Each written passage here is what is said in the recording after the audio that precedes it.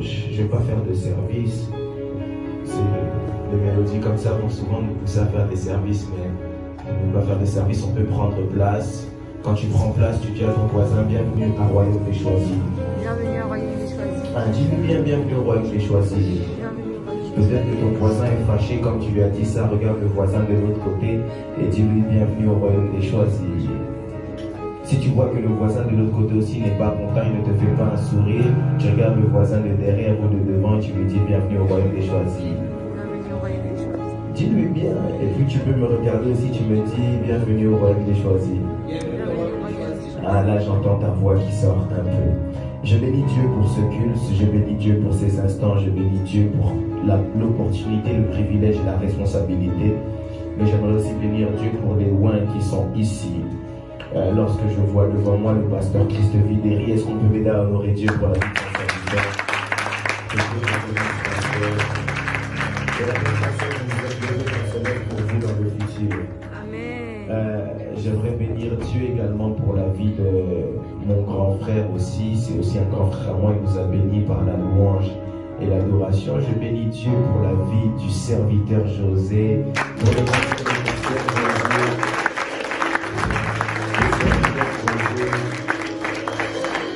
Vous savez, il fait un travail extraordinaire. Le serviteur José, visionnaire de Jeunes adore. Toute l'année, on a travaillé avec lui par rapport à la gratitude et je bénis Dieu parce qu'il a été suffisamment attentif afin d'entendre qu'est-ce que Dieu disait pour la saison. Amen. Et je pense véritablement qu'en ces temps-là, nous devons comprendre que nous devons faire preuve de gratitude devant Dieu. Amen. Il n'est pas le seul. Je vois mon grand frère, le pasteur Lineker Makoussou. Est-ce qu'on peut m'aider à célébrer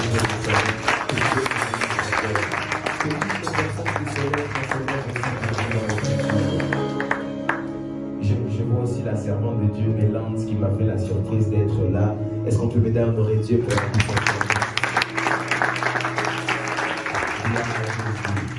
Et j'aimerais que tu puisses bénir Dieu aussi pour ta vie à toi. Est-ce que tu peux?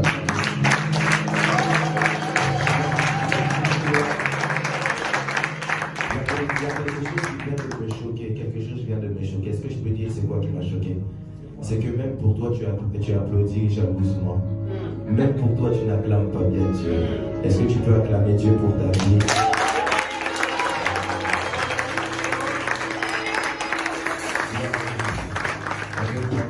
Et j'aimerais bénir Dieu pour ces instants. Est-ce qu'on peut m'aider à acclamer Jésus-Christ?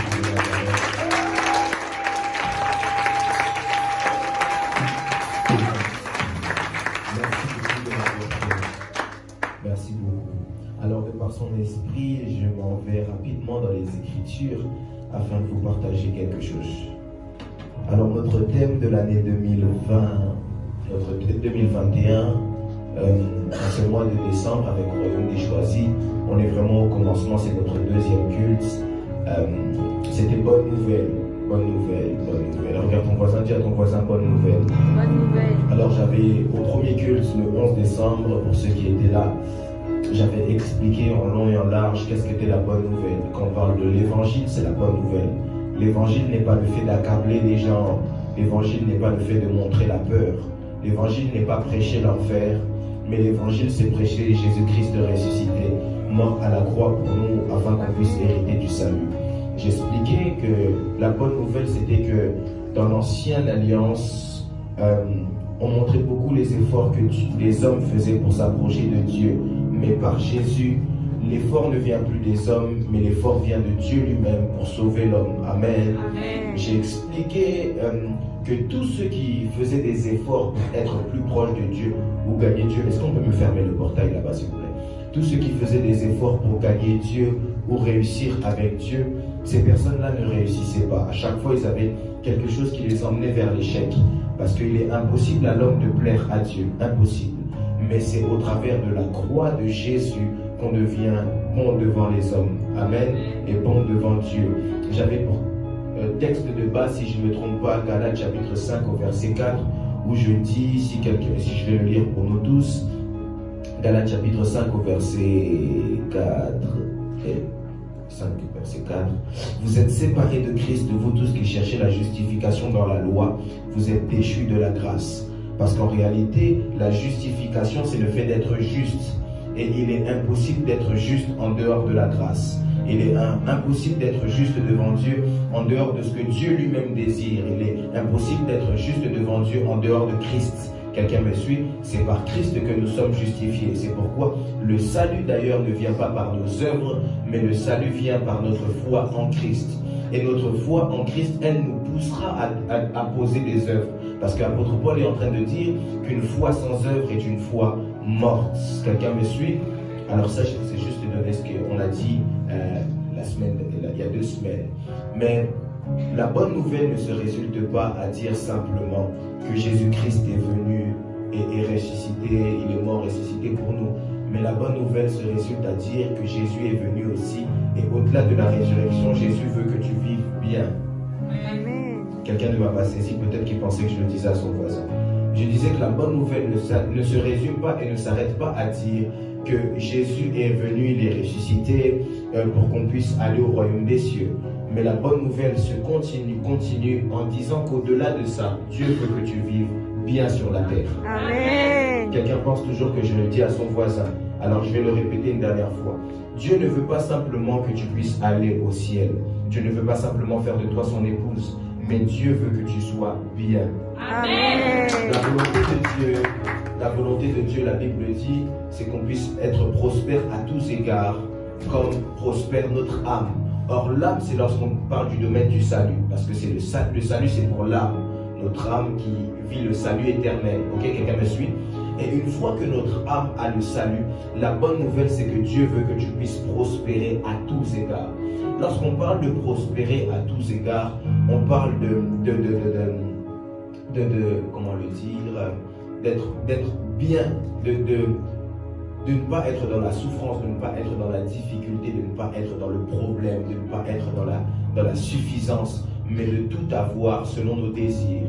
J'aimerais dire à quelqu'un, la volonté de Dieu n'est pas que tu puisses pleurer, mais la volonté de Dieu est que tu puisses être bien. Est-ce que je peux vous ouvrir une chose par rapport aux pleurs? Je peux vous ouvrir une chose par rapport aux pleurs. Remarquez avec moi le plus court verset de la Bible. C'est Jean chapitre combien? 11 verset combien? 40. Jean chapitre 11 verset 40. Si je ne me trompe pas. Si ce n'est pas le verset 40, c'est le verset 35. Parce que je sais que j'ai beaucoup de théologiens ici.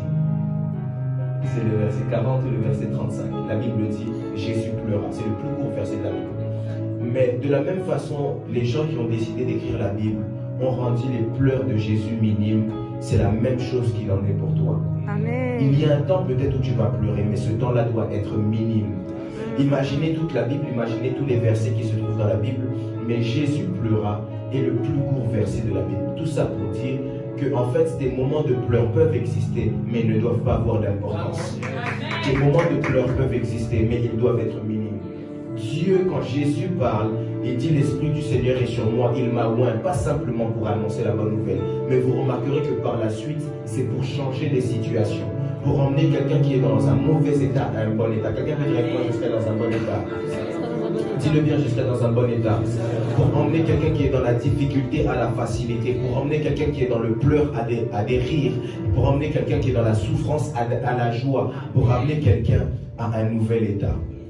Mais au-delà de ça, j'aimerais ouvrir aujourd'hui avec un texte biblique parce que je parle quand même de la célébration. Alors, je me dois de célébrer. Quelqu'un peut le dire avec moi. Je dois célébrer. Je dois célébrer. Nous sommes dans Luc au premier chapitre.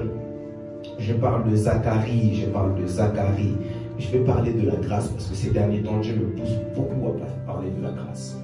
Je ne sais pas quelle est la saison, qu'est-ce que Dieu veut faire, mais quand Dieu m'inspire ces derniers temps, dans tout ce que je touche, il me pousse à parler de la grâce. Amen. Alors nous sommes dans Luc chapitre 1, excusez-moi. À partir du verset 5, je vais le lire pour nous tous, et je vais m'arrêter, je vous dirai où je m'arrête. Du temps d'Hérode, roi de Judée, il y avait un sacrificateur nommé Zacharie. Quelqu'un peut dire avec moi Zacharie. De la classe d'Abia. Sa femme était d'entre les filles d'Aaron. Elle s'appelait Élisabeth. Quelqu'un peut dire avec moi Élisabeth. Tous deux étaient justes devant Dieu. Quelqu'un peut dire avec moi tous deux étaient justes devant Dieu. Observant d'une manière irréprochable tous les commandements et toutes les ordonnances du Seigneur. Ils avaient point d'enfants parce qu'Élisabeth était stérile. Dis-le avec moi, elle était stérile. Ils étaient l'un et l'autre avancés d'âge. Or, pendant qu'il s'acquittait de ses fonctions devant Dieu selon le tour de sa classe, il fut appelé par le sort, d'après la règle du sacerdoce, à entrer dans le temple du Seigneur pour offrir le parfum. Quelqu'un peut dire avec moi, offrir le parfum. Toute la multitude du peuple était dehors en prière à l'heure du parfum. Dis avec moi, à l'heure du parfum. Alors un ange du Seigneur apparut à Zacharie et se tint debout à droite de l'autel des parfums. Zacharie fut troublé en le voyant et la frayeur s'empara de lui. Mais l'ange lui dit, ne crains point. Quelqu'un peut dire avec moi, ne crains point. Ce soir, Dieu envoie un ange pour te dire, ne crains point. Zacharie, car ta prière a été exaucée. Ta femme Élisabeth t'enfantera un fils. Et tu lui donneras le nom de Jean. Quelqu'un peut dire avec moi Jean. Dis-le bien Jean. Il sera pour toi un sujet de joie et d'allégresse. Et plusieurs se réjouiront de sa naissance, excusez-moi. Il sera grand devant le Seigneur. Il ne boira ni vin ni liqueur enivrante. Et il sera rempli de l'Esprit Saint, dès le sein de sa mère. Il ramènera plusieurs des fils d'Israël au Seigneur leur Dieu. Il marchera devant Dieu avec l'esprit et la puissance d'Élie pour amener les cœurs des pères vers les enfants et les rebelles à la sagesse des justes, afin de préparer au Seigneur un peuple bien disposé. Zacharie dit à l'ange. Quelqu'un peut dire avec moi, Zacharie dit à l'ange. À quoi reconnaîtrai-je cela? Je suis vieux et ma femme est avancée en âge. L'ange lui dit, je suis Gabriel. Je me tiens devant Dieu et j'ai été envoyé. Quelqu'un peut dire avec moi, j'ai été envoyé pour te parler et t'annoncer cette bonne nouvelle. Dis avec moi, pour t'annoncer cette bonne nouvelle. Et voici, tu seras muet, tu ne pourras parler jusqu'au jour où ces choses arriveront, parce que tu n'as pas cru à mes paroles qui s'accompliront en leur temps. Quelqu'un peut dire avec moi, en leur temps. Cependant, le peuple a attendu Zacharie, etc. J'aimerais aller au verset 24. Verset 24, la Bible dit, quelque temps après, Élisabeth, sa femme, devint enceinte. Elle se cacha pendant 5 mois, disant, c'est la grâce que le Seigneur m'a faite quand il a jeté les yeux sur moi. Pour ôter mon opprobre parmi les hommes. Quelqu'un peut dire avec moi, c'est la grâce que le Seigneur m'a faite. C'est la grâce que le Seigneur m'a faite. Parole du Seigneur. Alors j'aimerais maintenant prêcher. Donnez-moi, est-ce qu'on peut me donner 20-30 minutes pour que je prêche? On peut me donner? Après on célèbre Dieu tous ensemble, mais j'aimerais te donner une raison de célébrer Dieu. Notre thème c'est bonne nouvelle, Isit. Alors la Bible me parle de Zacharie. Zacharie, un sacrificateur qui fait ce qu'il a à faire, et fils d'Abia, etc. La Bible me dit que sa femme était stérile et que lui-même était âgé en âge. Tous deux étaient âgés en âge. Mais la Bible ne s'arrête pas à là. La Bible est en train de me parler, homme de Dieu. Elle me dit que qu'il respectait non seulement les lois, mais les ordonnances de Dieu. Lorsqu'on parle des lois, on parle de la vie de péché, etc. Mais lorsqu'on parle des ordonnances, on parle de la vie de consécration. Quelqu'un me suit? Alors c'était non seulement un homme sanctifié qui marchait dans la sanctification, c'est-à-dire il vivait séparé du péché, parce que la sanctification, contrairement à ce que plusieurs pensent, être sanctifié ne signifie pas ne pas pécher. Je peux l'ouvrir? Être sanctifié ne signifie pas ne pas pécher. Mais être sanctifié signifie être séparé du péché. Quelqu'un va me poser la question, mais où est la différence? La différence se trouve que tout homme pêche. Mais quelqu'un qui est sanctifié ne demeure pas dans le péché. Amen. Parce que la Bible me parle du juste et la Bible me dit que le juste tombe. Or, lorsqu'on parle de tomber, c'est l'image du péché. Mais ce même juste se relève. Quelqu'un qui est sanctifié, c'est quelqu'un qui peut tomber par erreur. Tomber, parce que d'ailleurs quand on parle de tomber, c'est quelque chose qui n'est pas fait volontairement. Le juste peut tomber. Quelqu'un qui est sanctifié peut faire l'erreur parce qu'on peut pécher inconsciemment. D'ailleurs la Bible dit que celui qui dit ne pas pécher fait de Dieu un menteur. Donc on peut tomber involontairement. Quelqu'un me suit? Mais on ne peut pas demeurer à l'intérieur. Mais bon, je vais passer ça, on va rentrer dans un autre message. Et la Bible me parle d'au-delà de ça. Il suivait les ordonnances. Je disais que les ordonnances étaient le domaine de la consécration. Quand on parle de consécration, plusieurs pensent que c'est seulement mettre l'huile, on te consacre, Kadash, etc. La consécration, c'est le fait, moi j'aime dire, quand je donne la définition de la consécration, c'est la sanctification des sanctifiés. C'est-à-dire qu'au-delà de vivre séparé du péché, il y a des choses précises que Dieu te demande à toi. Parce que la sanctification nous sépare du monde. Parce que quand on parle de sanctification, cela signifie aussi mettre à part, sanctifier, différencier du monde. Mais même dans les chrétiens que nous sommes différenciés du monde, il y en a au-dedans de nous qui sont encore différenciés, qui se consacrent. Quelqu'un me suit? Je vais vous donner un exemple. Au milieu de nous tous, il y a certainement des gens à qui Dieu ordonne des choses qu'il n'ordonne pas à d'autres. Il y a des choses que Dieu te demande à toi qu'il ne demandera pas à quelqu'un d'autre. Parce que c'est ta consécration, la sanctification des sanctifiés. Quelqu'un me suit? Et au-delà de tout ça, il était consacré, ils étaient consacrés, sanctifiés. La Bible me dit que Élisabeth était stérile. Élisabeth avait un problème, en d'autres termes. Élisabeth avait quelque chose de mauvais en elle, quelque chose qui pouvait lui rester dans la tête. Parce que lorsque l'ange apparaît à Zacharie, il lui dit, Dieu a exaucé ta prière. La question que je me pose, c'est qu'à ce moment-là, Zacharie n'a pas fait de prière, mais Zacharie a fait une offrande. Je vais avancer. Une chose que j'aime avec Zacharie, c'est qu'au-delà du fait qu'il n'avait pas d'enfant, Zacharie continuait à servir Dieu comme il se faisait. Zacharie continuait à faire le sacerdoce comme il devait le faire. Zacharie continuait à faire quelque chose d'habituel, mais il ne savait pas que quelque chose d'inhabituel était sur le point d'arriver. Parce qu'il arrive des moments, j'ai l'habitude de le dire en ce moment, que tu peux faire quelque chose que tu as l'habitude de faire, mais cela peut produire quelque chose que tu n'as pas l'habitude de produire. Zacharie avait l'habitude de servir Dieu comme il avait l'habitude de le faire, la Bible dit. Mais ce jour-là, quelque chose qu'il n'avait pas l'habitude de vivre arrive. Parce qu'il arrive des moments où tu veux prier comme d'habitude, mais une visitation inhabituelle est sur le point de se passer. Il arrive ces jours où je vais chercher Dieu comme d'habitude, mais Dieu décide de me parler comme il n'a pas l'habitude de le faire. Ma prière est en cet après-midi dans le nom de Jésus, qu'en cet après-midi, Dieu te rencontre comme il n'a pas l'habitude de faire. Si tu as l'habitude d'entendre Dieu d'une certaine façon, que Dieu le fasse différemment pour toi. Si tu as l'habitude de voir Dieu d'une certaine façon, que Dieu se révèle différemment pour toi. Si tu as l'habitude d'entendre les gens parler d'une certaine façon, que Dieu le fasse différemment pour toi. Et ce qui se passe, c'est alors qu'il fait des choses habituelles, quelque chose d'inhabituel arrive. La Bible me dit que l'ange lui apparaît. Nous sommes là alors que Zacharie est en train de faire l'offrande des parfums. L'offrande des parfums, c'est l'offrande de la louange. L'offrande de la célébration. C'est l'offrande du merci. Une question vient dans mon esprit. Comment Zacharie peut dire merci alors qu'il n'a pas l'exaucement? Comment Zacharie peut dire merci alors qu'il a une prière qui n'est pas encore exaucée? Comment Zacharie peut dire merci alors qu'il n'a pas ce qu'il cherche? j'aimerais vous choquer, lorsqu'on parle de merci, on parle de louange, c'est le terme Judas. Or, Judas ne signifie pas simplement celui qu'on croit, celui qui a vendu Jésus. Mais Judas signifie ouverture. Yes. Parce qu'en réalité, à chaque fois que tu dis merci à Dieu et que tu loues Dieu, tu donnes à Dieu l'occasion de t'ouvrir quelque chose. Amen. À chaque fois que tu dis merci à Dieu et que tu loues Dieu, tu es en train d'ouvrir une porte en ta direction. Plusieurs ont l'habitude de critiquer Judas. Tu sais, homme de Dieu, j'aimerais vous choquer, mais ces derniers temps, je commence à réfléchir à appeler un de mes fils Judas. Je vous dis la vérité. Parce que certainement, on va se dire, ah, Judas, c'est le traître, Judas, c'est ceci. Mais vous savez, c'est de Judas que sortent les rois.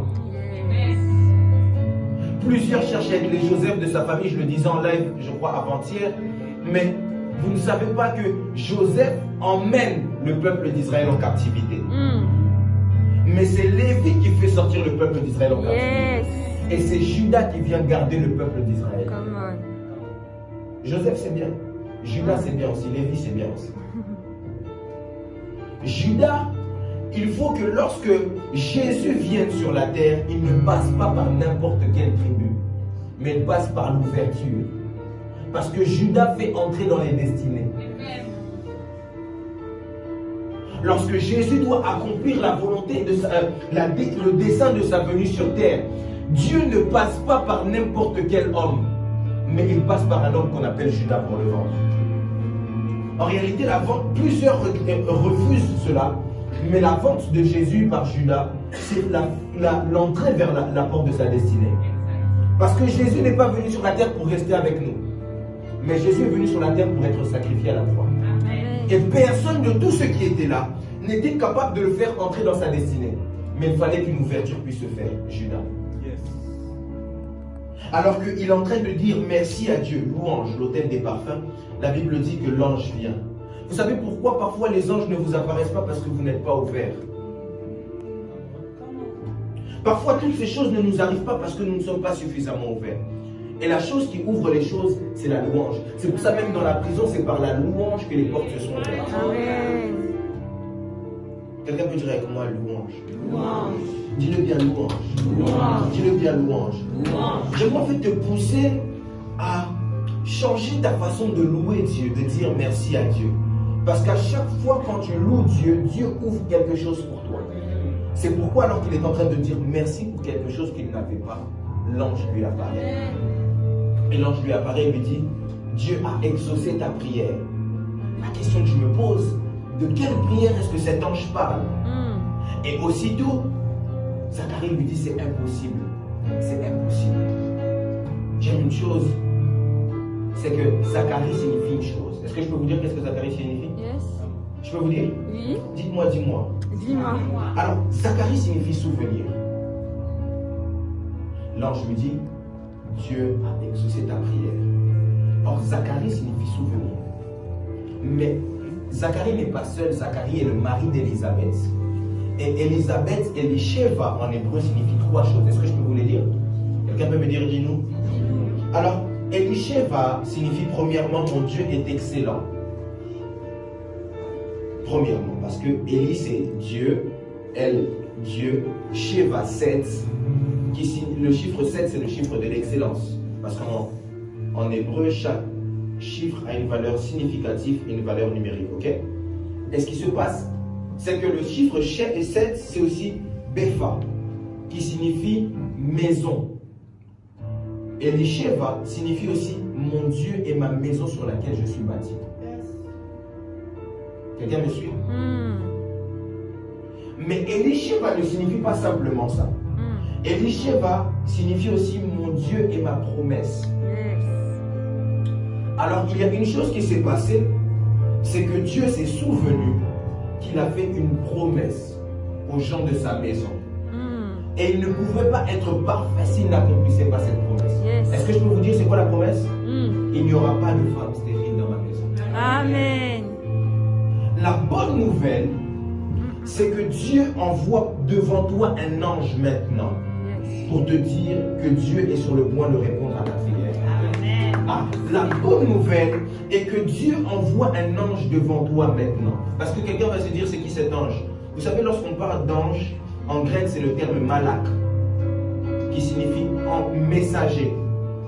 Dieu, je vais le dire en français, Dieu envoie devant toi un messager pour te dire qu'à cause de ta louange, Dieu se souvient d'une de tes prières. Je ne sais pas quelle prière tu as faite. Je ne sais pas qu'est-ce que tu as demandé à Dieu, mais Dieu se souvient de toi. Encore, cet homme avait deux obstacles. Quelqu'un peut dire avec moi deux obstacles. Sa femme était stérile et en plus de ça, ils étaient avancés en âge. Ça veut dire que, vous savez comme moi que plus une femme vieillit, plus sa fertilité diminue. Jusqu'à un moment, elle arrive à la ménopause, etc. Mais plus elle vieillit, plus sa fertilité diminue. Alors certainement, elle était stérile. Mais en plus de ça, même si elle aurait pu être fertile, sa fertilité était basse. Deux obstacles. Mais j'aimerais dire à quelqu'un, Dieu n'a pas d'obstacle. Il n'existe pas de choses qui soient difficiles pour Dieu. Il n'existe pas de choses qui soient impossibles pour Dieu. Il n'existe pas de choses que Dieu ne puisse pas faire. J'aimerais dire à quelqu'un, la restauration est un petit problème pour Dieu. J'aimerais dire à quelqu'un, l'élevation est un petit problème pour Dieu. J'aimerais dire à quelqu'un, je ne sais pas qu'est-ce que tu cherches, la dépression, c'est un petit problème pour Dieu. J'aimerais dire à quelqu'un, le mariage, un petit problème pour Dieu. Dieu est plus loin que toutes tes difficultés. Amen. Dieu est plus puissant que toutes les puissances auxquelles tu as fait à faire face. Parce que quand on parle de Dieu El Shaddai, ça ne signifie pas le Dieu tout-puissant seulement, mais ça signifie le Dieu de toute puissance. Est-ce que je peux ouvrir cela? Je lève ma main droite et je déclare que Dieu puisse rencontrer ta difficulté et qu'il puisse la renverser. Dans le nom de Jésus. Dieu est plus puissant que tout ça.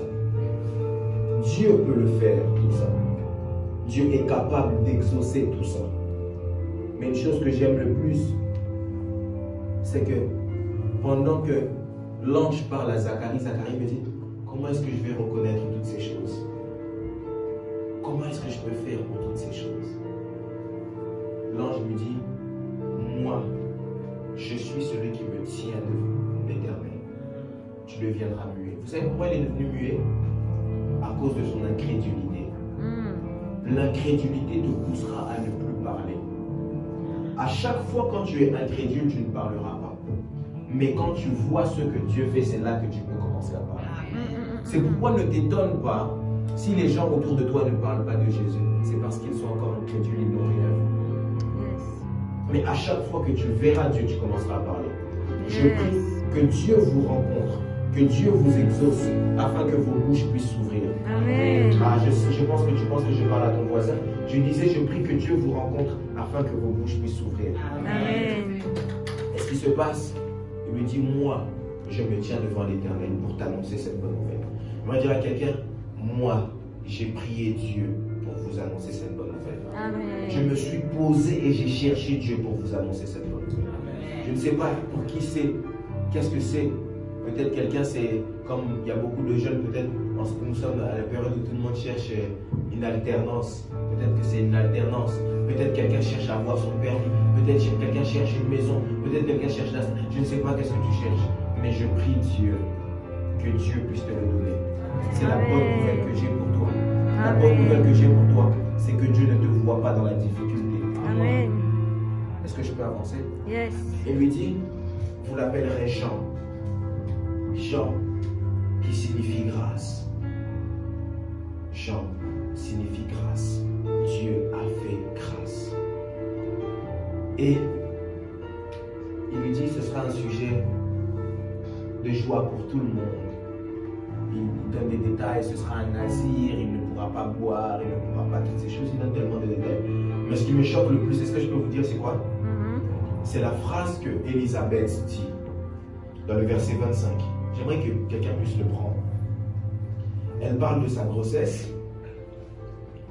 J'aimerais que tu puisses garder cette phrase, que tu puisses travailler avec cette phrase en cette semaine qui va commencer.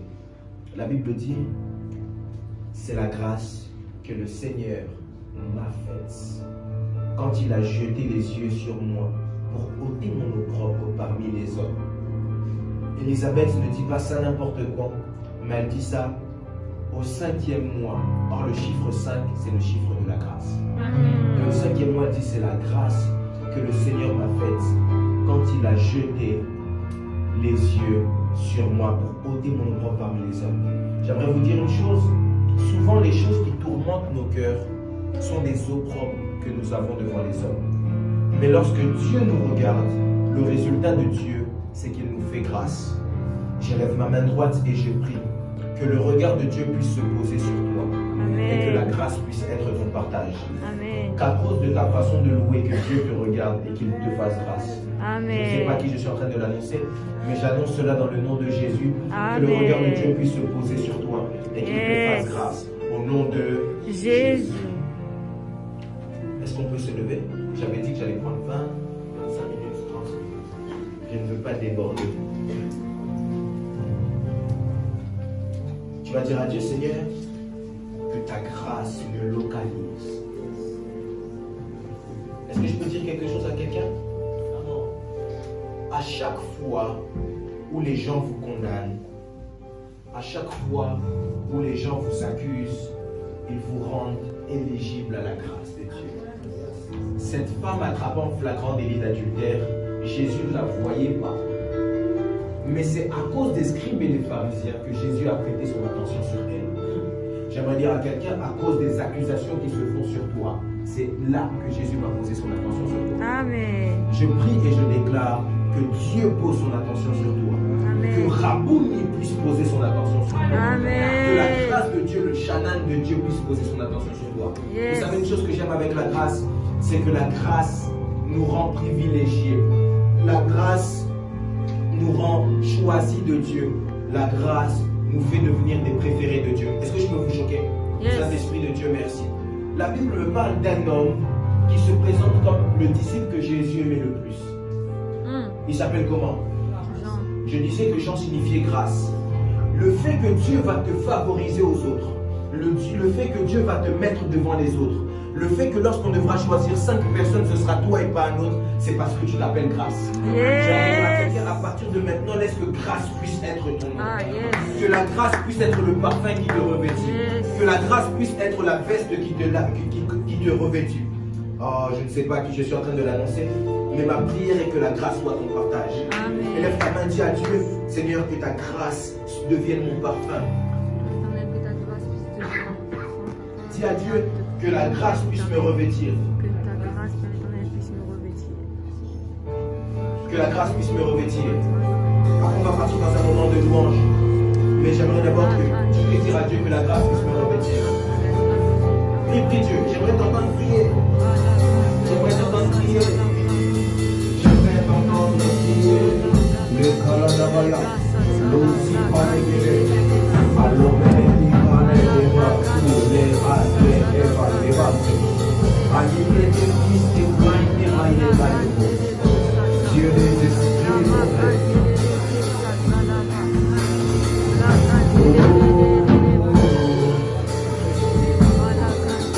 les Kaladabaya, les Osi, les Panegere,